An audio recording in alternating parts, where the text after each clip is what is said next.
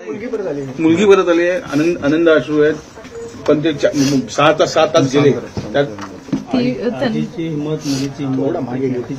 पण आम्ही खाली होतो ना तेव्हा आम्ही फार घाबरलो होतो. पण या आईने वरून आम्हाला असं हे सांगत होती इशारे करून की आहे सुरक्षित, तुम्ही टेन्शन घेऊ नका. पण जेव्हा आम्ही दंगा आम्हाला व्हिडिओ आला सुरुवातीला, मग आम्ही आज बघायला गेलो तर बंद केले होते सगळे दरवाजे.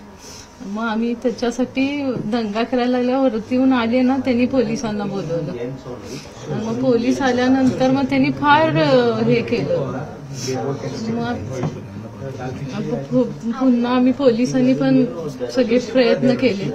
मग इथे आल्यानंतर पोलीस इकडे घेऊन आले आईला हॉस्पिटल. ही बाहेर आले ना तेव्हा जखमी अवस्थेतच आली आई, आणि दुसरे एक सर होते ते डायरेक्टर सर. अशा प्रकारे कोणाला वेठीस धरणं, कोणताही मुद्दा असो, अशा प्रकारे कोणाला वेठीस धरणं पालक म्हणून कसं बघतात? नाही, फार वाईट केलं त्यांनी, म्हणजे विश्वासघात केला आमचा पालकांचा. इतके 5 दिवस ज्याप्रमाणे आमच्याबरोबर वागत होते, किंवा जेव्हा ऑडिशन झालं होतं 52 मुलं होती सगळी मिळून सुरुवातीला, त्याच्यातून त्यांनी 25 मुलांना सिलेक्ट केलं.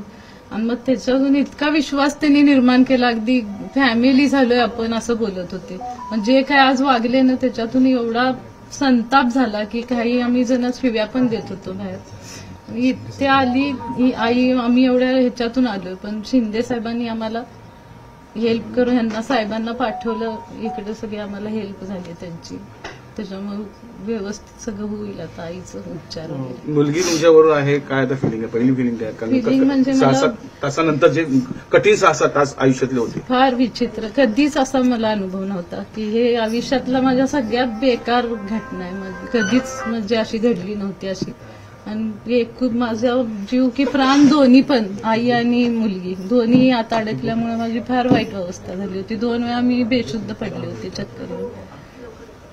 जेव्हा या दोघी बाहेर आल्यावर आई जखमी अवस्थेत आल्यानंतर फारच हे झाले. आईला मी पकडलं, ते सगळं माझं पण इतकं हे भरलं सगळ्या केस. आईची हिंमतच म्हणाली. हा, आईची हिंमत. आणि असं कशाबद्दल आईचे मी आयुष्यभर आभार मानेन. मीच नाही तर आमची पूर्ण जे होती ना टीम, पालक, त्या सगळ्या महिला, त्या आईला सगळ्यांनी मला फोन करून धन्यवाद मानलेत. का तर मुली होत्या, म्हणजे जेवढे 17 मुलं होती त्याच्यातले 12-15 मुली होत्या.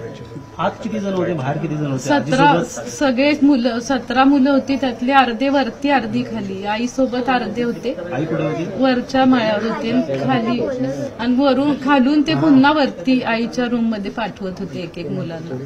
आणि त्या 17मध्ये जवळजवळ 12-13 मुली होत्या. 15 वर्षापर्यंत 2-3 मुली होत्या, हिच्या वयाच्या होत्या. मग आम्हाला भीती काय वाटत होती, हा माणूस जर इतक्या थराला जातो तर मुलींना काहीतरी ह्याने करू नये. कारण त्याच्याबरोबर कोण आहे हे आम्हाला माहित नव्हतं, तो काय करू शकतो हे पण माहित नव्हतं. म्हणून आई ज्या जवळ होत्या ना मुली, आम्ही आईला एकच सांगत होतो, जीव गेला तरी मुलींना सोडू नकोस एकट्यांना. फोनवरती बोलणं होतं. हा, आईकडे फोन होता, म्हणून आईचा फोन त्यांना कळला नाही की आईकडे फोन. एकदम लहान साधा फोन असतो तो होता, छोटावाला. मग त्याच्यामुळे आम्ही ते संपर्कात राहिलो. तिने पण शेवटपर्यंत मुलींची साथ सोडली नाही अजिबात. आणि जेव्हा शेवटी ह्यांना पुढे घेऊन निघाली ना, त्याच्यामुळे ती जखमी झाली की तिला ह्यांना सोडायचं नव्हतं. काही पोलिसांनी ज्या प्रकारे सहकार्य केलं, खूप फास्ट केलं, खूप छान केलं. अगदी कमिशनर सुद्धा आले होते तिथे. आणि आम्ही इतकं पाया पडलो त्यांच्यावर. त्यांनी मुलांसाठी म्हणून असं ह्याच्याने घेतलं थोडं धीराने. ते बोलले आम्ही मुलं नसती तर त्याला कधीच हे केलं असतं, पण मुलं आहेत म्हणून त्यांना ह्याच्या स्टेप बाय स्टेप जावं लागलं.